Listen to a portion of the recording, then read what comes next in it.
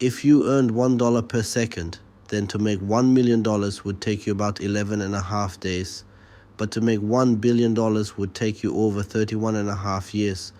You see, it's easy to think of wealth in terms of rich or poor, but broadly speaking, there are arguably 5 different levels of rich. And at each level, things change very drastically. The difference between what a millionaire can do and a billionaire can do is simply staggering in this video. We'll be exploring what life is like and each of these different wealth levels, and delving into how the ultra-rich spend their money, including some of the most bizarre and extravagant purchases you've ever heard of. But as you're watching, you'll realize that one of the biggest changes that happens at each of these wealth levels is perspective, because prices feel relative to how much you earn. So if you compare someone who's earning $40,000 a year with someone earning $400 million a year, it's 10,000 times more, which means a Lambo that costs $300,000 to them is the equivalent of spending $30 a $10 million piece of art. Feels like $1,000 a $50 million home in the Hamptons. Feels more like $5,000. So as to us, each of those purchases would feel so major to a billionaire. It's not even something they'd really need to think about. And of course, when you're that wealthy, it's not just items and experiences that you can buy. But we'll get to that. Let's instead start off with the first level of rich, the top one. Even though this phrase is synonymous with being extremely rich, if your income is over about $200,000 a year, you would technically be part of the top 1% of worldwide earners. And so being in the top 1% may not make you feel quite as rich as you would think, because sure, you can typically afford a nice house and car, but with those things comes higher costs, and so you probably don't feel very financially secure, and you're likely still working a full-time job. Which is why beyond this level, wealth starts to be measured in net worth rather than income. Because the more wealth you have, the more assets you have, and you're probably not making your money from a normal salary. So the next level of rich is a net worth of $10 million to $30 million. At this level, your needs are met. You can live very comfortably. You have a really nice house. You often fly first class internationally. If it's a special occasion, you might book a 2,000 suite. You can afford any healthcare you need. And in fact, no emergency financial situation can destroy your life.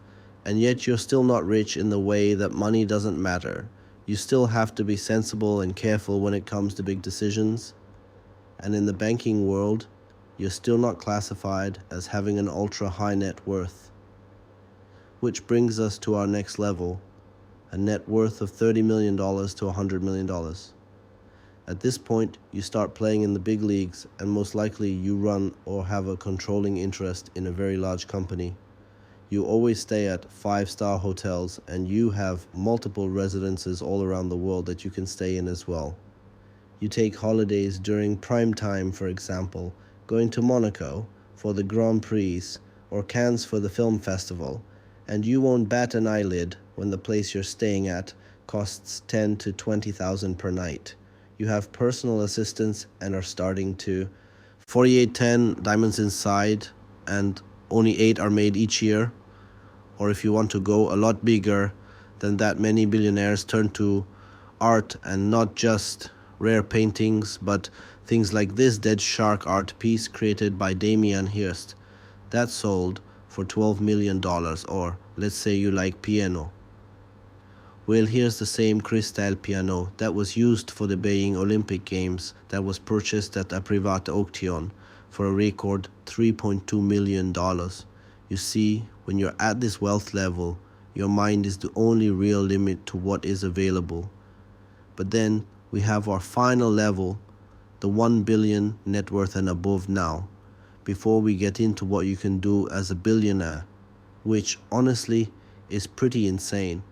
It's worth noting that the number of billionaires on Forbes' annual rich list has significantly increased in recent years, and there's now around 2,755 known billionaires. Of course, it's possible there are more who have generational wealth that simply do a good job of staying very, very private.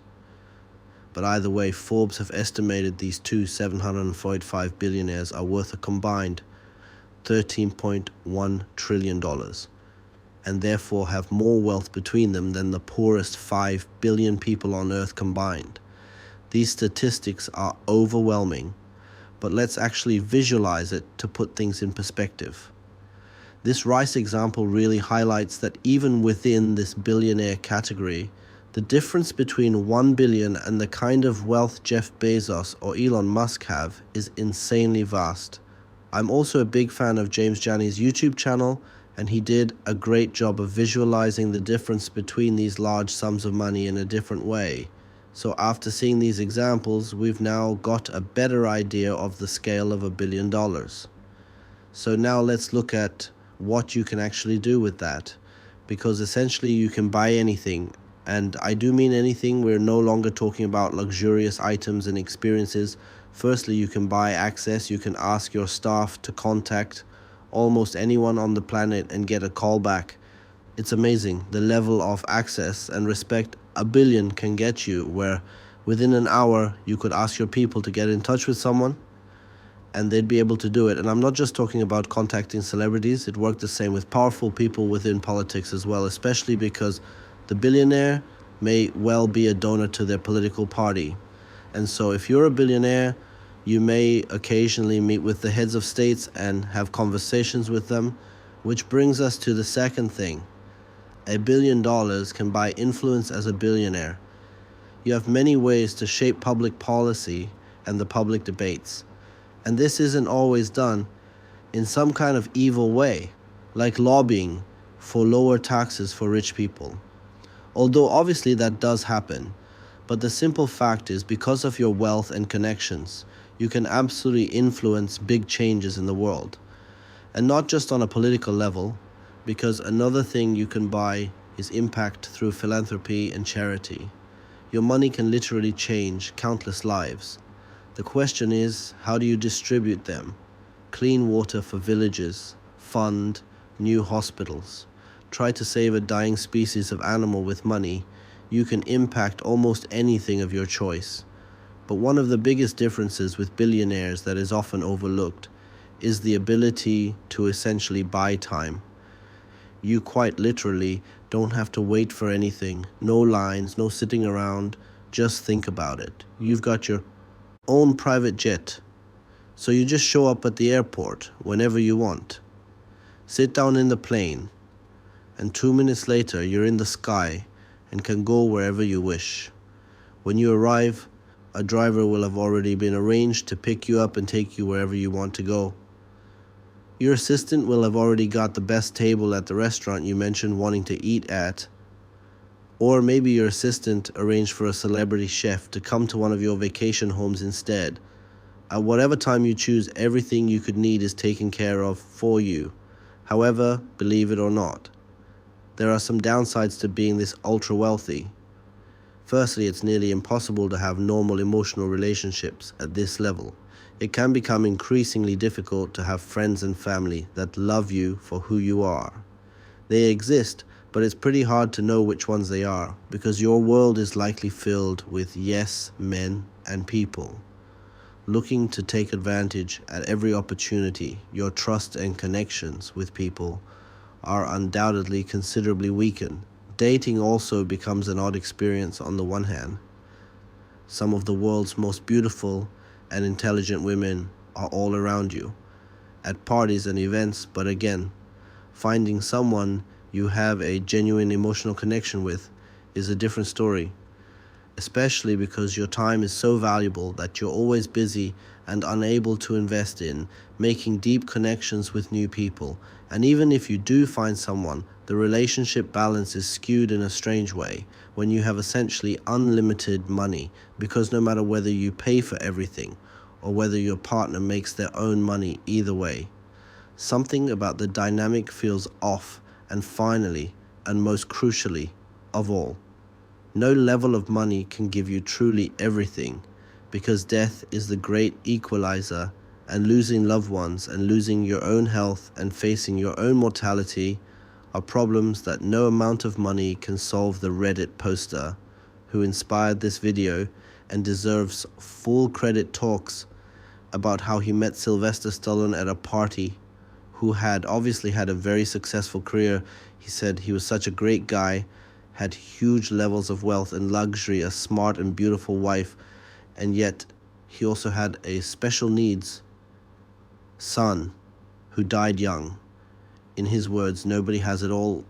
Nobody. In fact, if you are watching this video and feeling poor, I think it's worth rethinking, because in this video we've looked at several levels of wealth, but the fact you are watching this means you are nowhere close to the bottom of the total wealth pyramid. It's easy to look up and feel frustrated that some people have so much more than us. But just look down the wealth pyramid for a moment. If you have internet access to watch this, plus some food in the fridge, clothes on your back, a roof over your head, and a place to sleep, and you are richer than 75 of the world. In fact, even if you have $1 to your name right now, you are still richer than the majority of the world, who are either in debt or have absolutely nothing.